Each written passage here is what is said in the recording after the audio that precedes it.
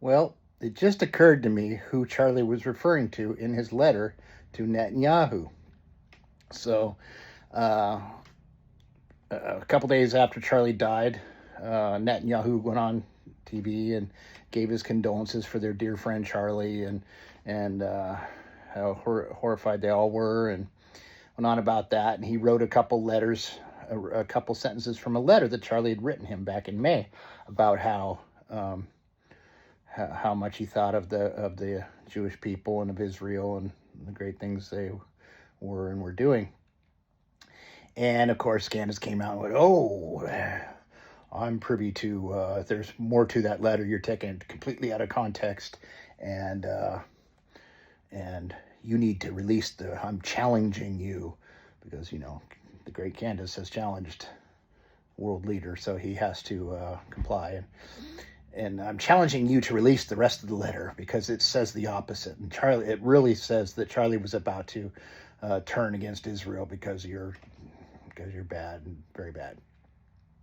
So they let her ramble on for a couple more days with that, and then finally they released the letter. Somebody released the letter, and turns out the letter was 1,000% on the side of Israel. Said you're wonderful in every way. You're doing everything right except for one thing. You're not getting your message out right. You suck online. Okay, at your messaging. It's a common complaint about Israel, is that they suck at getting their message out, and they're being eviscerated by the opposition, by those spreading lies. And Charlie went on and on for 7 pages, going on about that you suck at this. You're being eviscerated by the liars that are against Israel, and you need to and you're losing all your support because of that, and you need to up your game. Okay, about 1,000%. And here's how you do it. He says, because I'm obviously one of the best at this, at the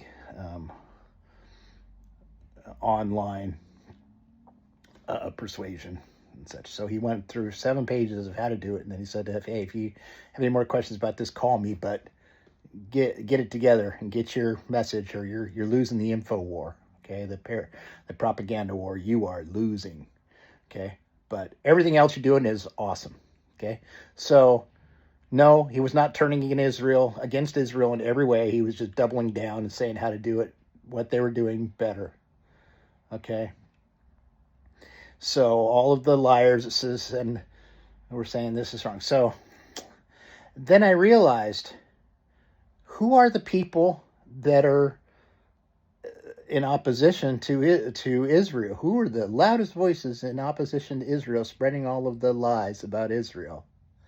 Oh, that's right, Candace and Tucker and Fuentes and Dave Smith, and yeah, the letter was how to combat Candace better.